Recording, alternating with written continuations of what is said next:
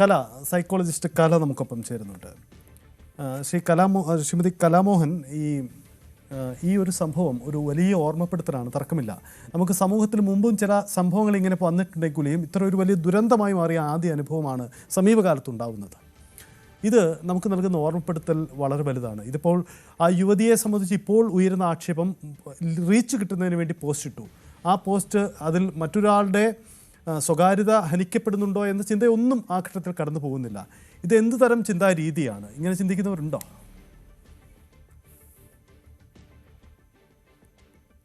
ശ്രീമതി കലാമോഹൻ.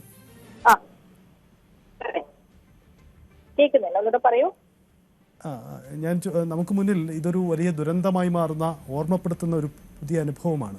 സമീപകാലത്തൊക്കെ ഇത്തരം ചില കാര്യങ്ങൾ നമുക്ക് മുന്നിൽ ഉണ്ടായിട്ടുണ്ടെങ്കിൽ കൂടിയും ഇതൊരു ദുരന്തമായി മാറുന്ന സമീപകാലത്തെ ഒരു ആദ്യ അനുഭവമാണ്. അപ്പോൾ ഒരു വ്യക്തിയുടെ സ്വകാര്യത ഹനിക്കപ്പെടുന്നു എന്ന് അറിയുമ്പോൾ പോലും റീച്ച് കിട്ടാൻ വേണ്ടി പോസ്റ്റ് ഇട്ടു. ഇതാണ് യുവതി നേരിടുന്ന ആക്ഷേപം. ഒരുപക്ഷെ അത് ശരി തന്നെയാവാം, ആക്ഷേപം ശരി തന്നെയാവാം. അങ്ങനെയെങ്കിൽ ഇത് എന്ത് തരം ചിന്താ രീതിയാണ്? ഇങ്ങനെ സോഷ്യൽ മീഡിയയുടെ കടന്നുവരവോടുകൂടി സ്വകാര്യത ഹനിക്കപ്പെടുന്നുണ്ടോ, അതൊന്നും എനിക്ക് വിഷയമല്ല, റീച്ച് കിട്ടിയാൽ മാത്രം മതി, അങ്ങനെ ചിന്തിക്കുന്നവരുണ്ടോ? ഉണ്ട്. കാരണം പിന്നെ ഞാൻ പറഞ്ഞല്ലോ, നാളെ ഈ കുട്ടിയെ ആത്മഹത്യയിലേക്ക് തള്ളിവിടരുന്ന എനിക്ക് നല്ല പ്രാർത്ഥനയുണ്ട്, അപേക്ഷയുണ്ട്.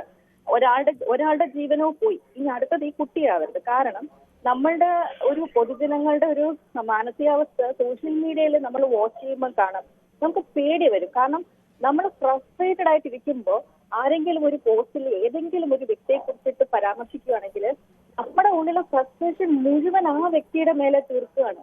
അത് ഇപ്പോ എനിക്ക് വേണ്ടിയിട്ട് ഒരാള് എന്നെ ഉപദ്രവിക്കുന്നു എന്ന് പറഞ്ഞൊരു പോസ്റ്റ് ഇട്ടാൽ എന്നോടുള്ള സ്നേഹം പോലും ആവണമെന്നില്ല, ആരുടെയെങ്കിലും വെച്ചിട്ട് കയറാൻ വേണ്ടിയിട്ട് പിച്ചക്കീറുന്ന ഒരു മാനസികാവസ്ഥ. സ്ത്രീകളെ കുറിച്ചിട്ട് തന്നെ ഇപ്പം ആരെങ്കിലും എന്തെങ്കിലും ഒരു രീതിയിൽ പോസ്റ്റ് ഇടുവാണെങ്കിൽ ലക്ഷ്യം ചെയ്ത മലയാള പദങ്ങളൊന്നും എടുത്തിട്ട് അങ്ങനെ പറയാനൊന്നും യാതൊരു മടിയില്ല. അപ്പൊ എല്ലാ അപ്പൊ ഇപ്പുറത്തെ വശം നിൽക്കുന്ന കുട്ടി ഇന്നിപ്പോ എല്ലാവരും അദ്ദേഹത്തിന് ആ മരിച്ചുപോയ മനുഷ്യന് വേണ്ടിയിട്ട് പോസ്റ്റ് ഇടുന്നു.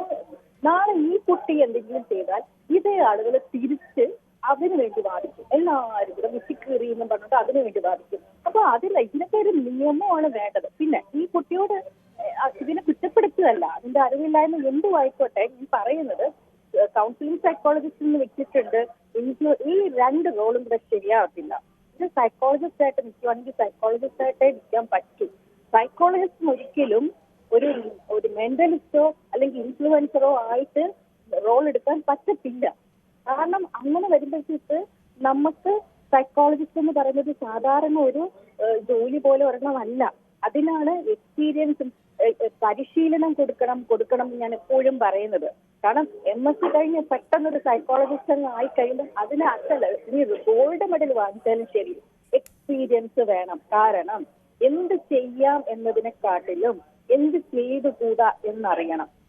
ഒരു സൈക്കോളജിസ്റ്റ് ആയിട്ട് ഒരു റോളിൽ ഇരിക്കുന്ന ആൾക്ക് ഇൻഫ്ലുവൻസറും കൂടെ എടുത്തു വെക്കാൻ പറ്റത്തില്ല. ഇതിപ്പോ എല്ലാവരും കൂടി പല റോളുകളാണ് ഒരേ സമയം കൈകാര്യം ചെയ്യുന്നത്. A day in my life എന്ന് പറഞ്ഞിട്ട് ഒരു വീഡിയോ ഒരാൾ ഇട്ട് കഴിഞ്ഞാൽ അവർക്ക് കോടിപതിയാവാം ഒരു കുറച്ച് നാള്. കാരണം എന്തുകൊണ്ടാ?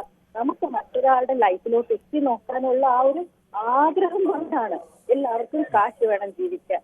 അപ്പൊ നമ്മുടെ റോള് വിട്ട് നമ്മൾ എന്തും ചെയ്യുന്ന ഒരു മാനസികാവസ്ഥയിലോട്ടാണ് പോകുന്നത്. അതുകൊണ്ട് ആ കുട്ടിയുടെ തിരിച്ചറിവില്ലായ്മ ഇനി ആരും ആവർത്തിക്കാതിരിക്കട്ടെ. പിന്നെ ഇന്ന് ആ ഒരു വീഡിയോസില് ശരിക്കും ഞാൻ ഒരുപാട് വട്ടം കണ്ടു നോക്കി. ആ കുട്ടി നല്ല ബോൾഡാണ്, അതിനവിടെ പ്രതികരിക്കാമായിരുന്നു. ഇതൊരു ഒഴിഞ്ഞ ഒരു നിന്നല്ല അഥവാ എനിക്ക് ഇനി എന്റെ തെറ്റാണോന്ന് അറിയില്ല. ആ കുട്ടി പറഞ്ഞത് ശരിയാണെങ്കിൽ എനിക്ക് അദ്ദേഹത്തിന്റെ ഭാഗത്തു നിന്ന് ഞാൻ കാണുമ്പോൾ അങ്ങനെ ഒരു എനിക്ക് വിസിബിൾ ആവുന്നില്ല. എന്റെ തെറ്റാണോ എന്ന് എനിക്കറിയില്ല. പക്ഷെ ഇൻ കേസ് അദ്ദേഹം അങ്ങനെ ചെയ്തിട്ടുണ്ടെങ്കിൽ ചെയ്തോ ഇല്ലയോ എന്ന വീഡിയോ എഡിറ്റ് ചെയ്യാത്ത വേർഷൻ കാണണം. എഡിറ്റ് ചെയ്ത വേർഷനാണ് ഇട്ടിരിക്കുന്നത്. ആ കുട്ടി തന്നെ പറഞ്ഞിട്ടുണ്ട്. എഡിറ്റ് ചെയ്യാത്ത വേർഷൻ കണ്ടാൽ മാത്രമേ അത് നമുക്ക് ക്ലിയർ ആവത്തുള്ളൂ. അപ്പോൾ അഥവാ അങ്ങനെ ഒരു പറ്റുവാണെങ്കിൽ അവിടെ തന്നെ പ്രതികരിക്കാമായിരുന്നു. എന്ത് തന്നെ ആയിക്കോട്ടെ. ഇപ്പൊ ആരും പെർഫെക്റ്റ് ഒന്നല്ല. നമ്മളെല്ലാരും മെസ്സഞ്ചേഴ്സും ഒക്കെ പോയി എനിക്ക് ഒരുപാട് പ്രശ്നങ്ങൾ ഉണ്ടായിട്ടുണ്ട് സൈബർ ഇരകത്തിന്. ഞാൻ ഒരാളെ എടുത്തു വെച്ചിട്ട് കൊടുത്തിട്ടില്ല. എനിക്ക് 100% ഉറപ്പാണ്. എന്റെ ഫേസ്ബുക്ക് പേജ് ഹാക്ക് ആയ ടൈമില് കേരള പോലീസ് ആദ്യമായിട്ട് ഫേസ്ബുക്കിനെതിരെ കംപ്ലൈന്റ് കൊടുത്തു. അന്ന് എന്നോട് ആരെയൊക്കെ ആണ് ഡൗട്ട് എന്ന് ചോദിച്ചപ്പം പോലും എനിക്കെതിരെ സൈബർ അറ്റാക്ക് നടത്തിയിട്ടുള്ള ഒരുപാട് പേരുണ്ടായിരുന്നു. അവരുടെ ഒന്നും പേര് ഞാൻ പറഞ്ഞിട്ടില്ല. കാരണം അവർ നിരപരാധിയാണെങ്കിൽ ഞാൻ കാരണം അവർക്കൊരു പ്രശ്നം ഉണ്ടാവരുത്. അപ്പൊ അങ്ങനെ സാമാന്യമായ, നമ്മൾ ആരും പെർഫെക്റ്റ് അല്ല, പക്ഷെ സാമാന്യമായ ചില മര്യാദകൾ നമ്മൾ പാലിക്കേണ്ടതുണ്ട്. എംപതി വേണം. അപ്പൊ ഒരു കണ്ടന്റ് ക്രിയേറ്റർ ആവുക, ഒരു ഇൻഫ്ലുവൻസർ ആവുക എന്ന് പറയുമ്പോഴത്തേക്ക് എമ്പതി ഇല്ലാണ്ടാവരുത്. എമ്പതിയോട് കൂടി എന്തുകൊണ്ട് നമുക്ക് എമ്പതി ഇല്ലാതായിത്തീരുന്നു? അപ്പം ഇത് പെട്ടെന്ന് മുട്ടിമൊളിച്ചതാണ് ഇതെല്ലാം. അത് എങ്ങനെ കൈകാര്യം ചെയ്യണമെന്ന് അറിയില്ല. ഇങ്ങനെ കൈകാര്യം ചെയ്യണമെന്ന് അറിയണമെങ്കിൽ ലോസ് വേണം. എന്തുകൊണ്ട് നിയമങ്ങൾ വരുന്നില്ല? നിയമങ്ങൾ വരണം. ഒരു സ്ത്രീയെ അപമാനിക്കാനായിട്ട് ഏറ്റവും എളുപ്പമുള്ള വഴി എന്ന് പറഞ്ഞാൽ ലൈംഗിക അപവാദം. അത് അക്ഷരങ്ങളിലൂടെ നിരത്തുക എന്നുള്ള ക്ലക്ഷ്യം ചെയ്യുക. അതോടുകൂടി ഈ എത്ര പേര് കുഴഞ്ഞു വീഴാറുണ്ട് ഇത് വായിച്ചിട്ട്. എത്രയോ പേര് കൺസൾട്ടേഷൻ വരുന്നുണ്ട്. ആത്മഹത്യ ചെയ്യുന്നില്ലെന്നേ ഉള്ളെന്നുള്ള രീതിയിൽ എത്ര പേര് നിൽക്കുന്നുണ്ട്. ഇതിനൊക്കെ ഒരു നിയമം വരണ്ടേ? അതെ, യെസ്. എന്തായാലും താങ്കൾ സൂചിപ്പിച്ചതുപോലെ ഇതിൻ്റെ പ്രതികരണം, ഈ വീഡിയോ എടുത്ത് പോസ്റ്റ് ചെയ്യാൻ കാട്ടിയ ധൈര്യം അവിടെ ആ വേദിയിൽ തന്നെ പ്രതികരിക്കാൻ കാട്ടിയിരുന്നെങ്കിൽ അവർക്ക് നേരിട്ട യുവതിക്കൊരു വലിയ അധിക്ഷേപം നേരിട്ടെങ്കിൽ അതിനുള്ള മറുപടിയും കൊടുക്കാം, അത് നിയമത്തിന് മുന്നിൽ കൊണ്ടുവരാൻ ചെയ്യാം. പക്ഷേ ഒരു ജീവൻ നഷ്ടമാവില്ലായിരുന്നു എന്ന സാഹചര്യം കൂടിയുണ്ട്. അപ്പോൾ പ്രതികരണം സോഷ്യൽ മീഡിയയിൽ മാത്രം മതിയോ, പോസ്റ്റിട്ട് മാത്രം മതിയോ, അത് റീച്ച് കൂട്ടാനല്ലേ എന്ന ആക്ഷേപത്തിന് ഏറെ കഴമുണ്ട് എന്നുകൂടിയാണ് സാഹചര്യം ഒരുങ്ങുന്നത്. യെസ്, ദീപകിൻ്റെ കുടുംബാംഗം നമുക്കിപ്പം തുടരുന്നുണ്ട്. നമ്മൾ നേരത്തെ സൂചിപ്പിച്ചതുപോലെ ഈ യുവതി ഇതിന് ശേഷം തനിക്ക് ഇങ്ങനെയൊരു ദുരന്തമായി ഇത് മാറുമെന്ന് പ്രതീക്ഷിച്ചിരുന്നില്ല എന്ന് പലരോടും പ്രതികരിച്ചതായി അറിയുന്നു. ഇപ്പോൾ അവരെ പ്രതികരിക്കാൻ നമുക്ക് ലഭ്യമാവുന്നില്ല. എന്തായാലും ഈ വിഷയത്തിൽ പോലീസിൻ്റെ ഭാഗത്ത് നിന്ന് എന്തൊരു ആക്ഷൻ ഉണ്ടാകണമെന്നാണ് നിങ്ങൾ ആഗ്രഹിക്കുന്നത്?